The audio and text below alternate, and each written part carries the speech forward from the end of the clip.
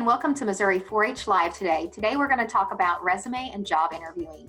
My name is Stephanie Milner and I am the County Engagement Specialist in Butler County. I cover Wayne and Carter counties as well. And I'm Brad Coleman and I am the County Engagement 4-H Youth Development Specialist for Iron County, and I also cover Madison County and Reynolds County. So we want to welcome you today, and of course you all probably know about 4-H because you probably are in it. We are a community for all kids and programs to suit a variety of backgrounds, interests, budgets, and schedules. So we have in-school programs, after-school clubs, camps. We're a positive youth development program in your local community, and we welcome children that want to have fun, learn, and grow. And so we are brought to you by the University of Missouri, and our experts are educators that share the university knowledge, information, and tools you can use every day to improve your life. As a lot of you know right now, we are in COVID-19, of course, and due to this, there is a vast change in our economy. So you see a lot of less businesses are open, the unemployment rate has increased. So you may be thinking, what does this mean for your future? Well, there are different job openings you may see, and you may see what the essential careers are. So you may be thinking, what's my next move and where should I go from here? So what you need to do first to be able to start is you need to have your resume ready. So on a resume, you need to really emphasize your education. So you want to put your education at the top of your resume. If you have a strong GPA, include this, include any academic awards, honors, and other achievements you have. Make sure you also list those things you've accomplished in 4-H as well. You want to include volunteer and extracurricular experience you may have as well. And any of those extracurricular activities that you're going to participate in. That's could be your 4-H club or any other clubs you're in, sports, any other organizations you may belong to. Some of you may be in FFA as well. That would be great to add that as well. You want to emphasize your leadership experience. If you're captain for a sports team or you're the vice president of your student council, if you're an officer with a 4-H club, make sure you are listing these positions.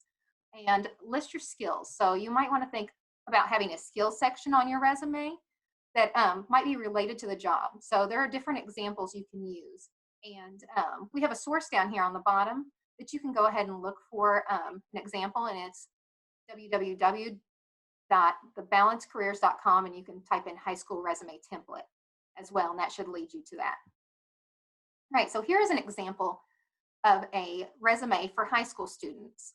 As you see, the name is at the top there with your information. You'll have your email address, phone number. You're going to have your education, what your GPA is.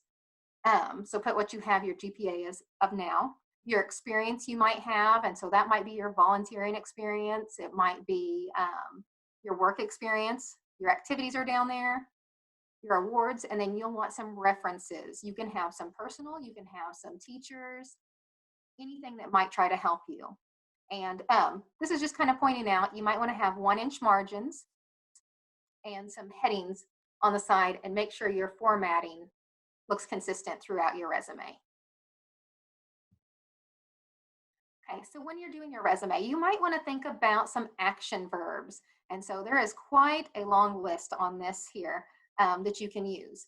You don't have to use these, but they are also going to be helpful on your resume. So instead of saying you made something, if you look under technical skills, it says assembled. Instead of saying I taught something, you can say I adapted a communication. Instead of saying that you put something together, you say I arranged. Helping skills, assessed would be another one. And administered for management, approved, recorded. There are several different words on here you can use. So I'll let this sit here for just a few seconds so you can look at those.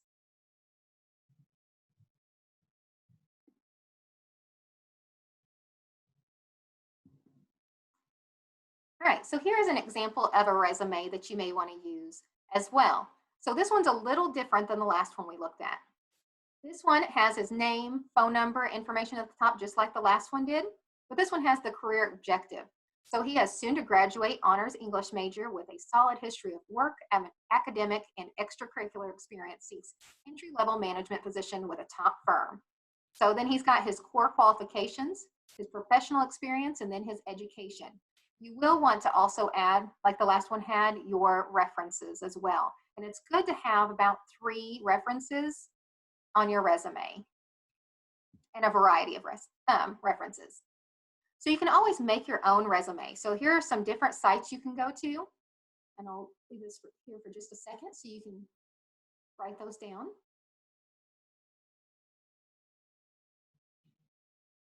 And there are a lot of good resumes out there if you start looking on the internet for some help. And also always feel free to contact your 4-H youth development specialist for any help. We can help you out with that with no problem. All right, so some tips that you might want to have when writing your high school resume. You want to connect your resume to the job. So you want to review that job posting before you create your resume. Think about the key qualifications they're asking for and those requirements, and make sure you include them on your resume so it shows that you are the ideal fit for that job. You want to edit and make sure it looks perfect before you submit it. If you're going to submit to several different places, make sure you're changing and updating your resume as you go with each job posting, because you wouldn't want to send in a resume that says you're looking for a cook position to a educational work experience. So you can also use different samples and templates. So there's a reading resume sample. It's a great way to use ideas and get content. You can find that down here at thebalancecareers.com and look for the high school resume template again.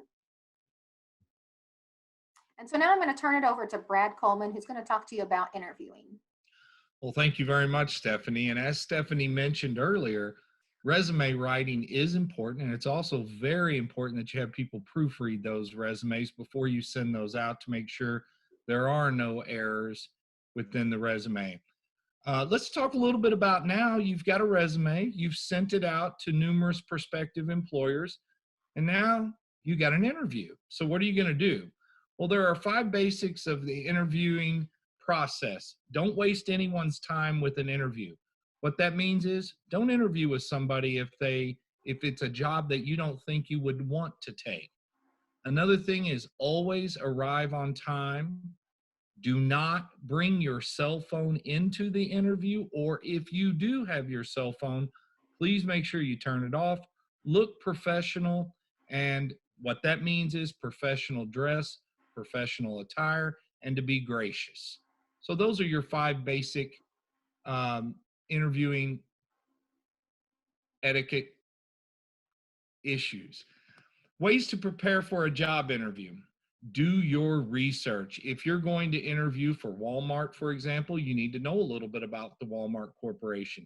If you're interviewing for a school as a teaching position, you need to know a little bit about that school, their mascot, what programs that they have and they offer. And also, I would tell you to prepare a list of questions, because I guarantee you're going to be asked in an interview, do you have any questions? And it's very important that you have down some questions that you can ask. Dress to impress. I can't emphasize this enough. If you're going on a professional job interview for a professional position, you need to dress appropriately. Also, look up some commonly asked questions. Most places, when you're in for an interview, they're going to ask you about your weaknesses, your strengths, your goals. And then again, if you have an interview and it's at a different location that you're not quite sure about, I would tell you to plan your route, print your resume, and pack your bag. What that means is make sure that you have your resume. Many times in an interview, they're also going to ask you for an ID. So please bring your driver's license or other forms of ID, and get a good night's sleep before the interview. Interviewing dues, again, dress appropriately. And that can be for any position. Even if you're interviewing at Walmart or if you're interviewing at McDonald's, you don't want to show up in shorts and a t-shirt. Research the place that you are hoping to work prior to the interview. It's good to know the mission of that company or of that educational institution, whatever it may be. Also know the exact time and location of your interview, how long it takes to get there, and find a restroom to freshen up.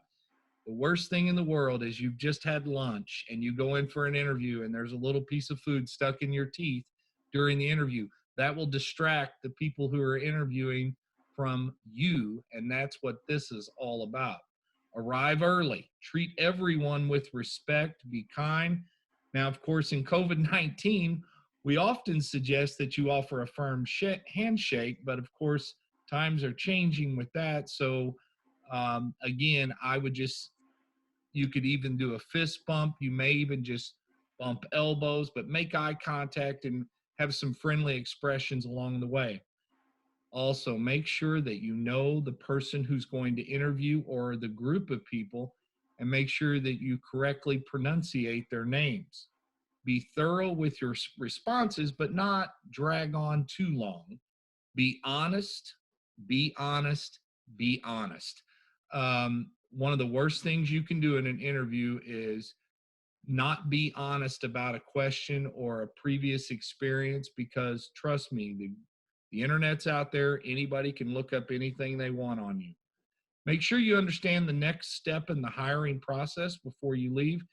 And here's another big thing that a lot of people never do is write a thank you letter after the interview. As a matter of fact, I would suggest you have it ready before you even go on the interview, and then mail it on your way out from the interview or when you get home that evening, because again, having a thank you note is extremely important, and it also brings your name back up to that prospective employer after the interview is completed. Some interviewing don'ts: don't make excuses, take responsibility. Don't make negative comments about your previous employers. Trust me, as somebody who's hired over 100, 200, 300 people as a former high school principal, one of the worst things that a candidate can do is talk negatively about the last place of employment or about their previous employers. And don't treat the interview casually. Be professional. Don't give the impression you're only interested in the position because of the location or because of the money. Those are two things that will turn an interviewer off. Don't ask if you would take any job or like you're desperate for employment. So, and don't be unprepared for interview questions. Again, we'll go over some example interview questions here in just a little bit, but don't be unprepared. And don't assume that a female interviewer is married. You know, many times you need to refer to her as Ms. if you are unsure, or doctor if they have a PhD. Don't touch your cell phone. Turn it off. Don't bring anyone with you to the interview. And don't chew gum during an interview. Those are some common things. Again, on this slide, we have some interviewing attire for the gentlemen, do's and don'ts. And for the ladies, again, you can look at those pictures. And while you're looking at those, I'll give you an example of an experience I had years ago when I was looking for a social studies teacher. And I had set up interviews, and a gentleman showed up, and he walked in and he had t-shirts on, or a t-shirt on, shorts, and flip-flops. And I'm thinking, and you want to be my professional social studies teacher? My secretary walked back to my office before the interview ever started, and she said, "Hey, there's a gentleman out here. He says he has an interview with him." And she said, "I know this isn't going to go well." And I said, "You're exactly right." So I just went out, introduced myself, and explained to him that there was no need for us to even waste our time in conducting an interview because he was inappropriately dressed for this professional position as a high school social studies teacher. So again, those are some ideas. Let's move on and talk about some interview questions that you might have. For example, when you go in, they're going to ask you work history questions like the name of the company, position, or title that you've had in the past. They're going to ask you what your expectations for the job and where they met, and what were your responsibilities in your previous jobs. What major challenges and problems you had, and how did you handle them? This is important right here because many times employers want to know how you handle crisis situations or a situation in which you have a deadline. They're also going to ask you what you've learned from your mistakes, and no ifs, ands, or buts about it. We all make mistakes in our job. And again, as we said earlier, make sure that you take responsibility for your actions and explain to people how you've learned from your mistakes. And they'll ask you about what you liked or disliked about your previous job. Again, be careful on the dislikes. You might want to explain different ways of how things were happening that you wanted to see the company move forward in a different direction.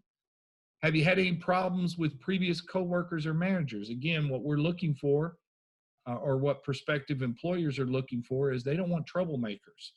So make sure that you are ready to answer that question if you have had any problems. And then they're going to ask you why you left. And again, be honest. If you were terminated from the position for a reason, you have to explain that, because trust me, they're going to call your previous employers and they're going to ask those questions. So, about you questions. Some of the things they're going to ask you is, what is your greatest strength and weakness?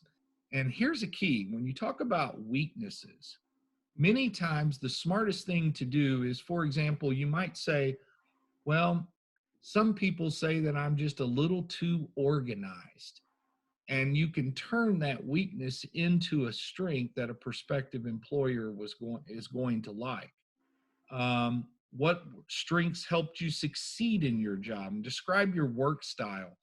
I will tell you, many employers are looking for people who are collaborative. That is, they work well with others, and they will ask you that question. And then again, what I think is a key component of a job interview is to display and show your passion. Teaching, for example, I interviewed many teachers, and I was always looking for those teachers who displayed a passion for teaching and learning. Even when I interviewed for custodians, I wanted to hear the passion they had for providing clean facilities. And again, passion is a key component when you do go in for an interview. They'll ask you a question like, what do most people often criticize you about? And again, I would look for positives in that. For example, they say I'm a little too organized, or that I devote too much time to my job. And then they're going to ask you about how you handle stress and pressure. And they'll ask you to give some examples of teamwork that you've been involved in. Here's a key question. If you feel your boss is wrong about something, how would you handle it? What they're looking for in this is that, again, you're a collaborative person who will work with other people, even if you disagree with how things are progressing. You know, you can give your opinion, but they also want to know that when it comes down to it, if the boss asks you to perform a certain task, as long as it's not illegal or immoral, that you would still be able to do that, whether you agreed with the position of your boss or not. And then they'll ask you to describe a difficult work situation and how you handled it. And then the key question is, how do you evaluate success? Again, when you're evaluating yourself for a job interview, you want to talk about your successes. Some other types of questions: what interests you about a job? What experiences do you have?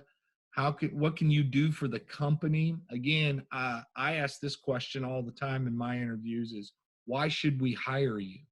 And what I'm looking for there, and what most prospective employers are looking for, is they're wanting to hear why you stand out from everybody else that they're going to interview for that position. Another question that sometimes comes up is, are you overqualified for this job? And how I would answer that question is, I don't think anybody's ever overqualified for any job. I believe that people can make any job work out for them in any respect and any respectful way. So what challenges are you looking for in this position? So you might want to have some challenges ready to go in case you're asked that question. And then, of course, what do you know about their company? And again, accentuate the positive. And then a key question always is asked is, where do you see yourself in 5 years? Hopefully your answer is going to be having something to do with the company you're interviewing. For example, if you were just simply going in for an interview at Walmart, and part of what you're interviewing about is to be a clerk, you might talk about, well, in 5 years, I would hope to be able to move up to be an assistant manager or a manager of a department. So what will you do if you don't get this position? A key answer to that is I will continue to look for gainful employment that is in this related field because I have a passion and I really want to work for a company like yours. That's how I would answer that. So I've given you some interviewing skills and some interviewing questions. Stephanie, you want to explain your aspect? Yeah, we've given you a lot of information today about resume and interviewing, and we just want you to keep that in mind as you go forward in your careers or jobs right now. Make sure you're keeping track of everything you do and save your documents so you don't have to recreate them every time. I suggest practicing your interview questions with someone at home, have your parent or friend interview each other. You know, a lot of us know how to set up Zooms now, so if you have that capability, that's a good idea. And also, if you need us, we're here to help you. So if you want us to help with interview questions and practice with you or look at your resumes, contact your local 4-H youth development specialist. If you would like to contact Brad or myself, feel free to, and we can connect you to who your local youth development specialist may be, or you may have a youth program associate that can help in your county as well. We appreciate your time today. Thank you so much. And I want to say thank you as well and reiterate everything that Stephanie had to say. But again, if you have additional questions, please contact us and we'll be more than willing to help.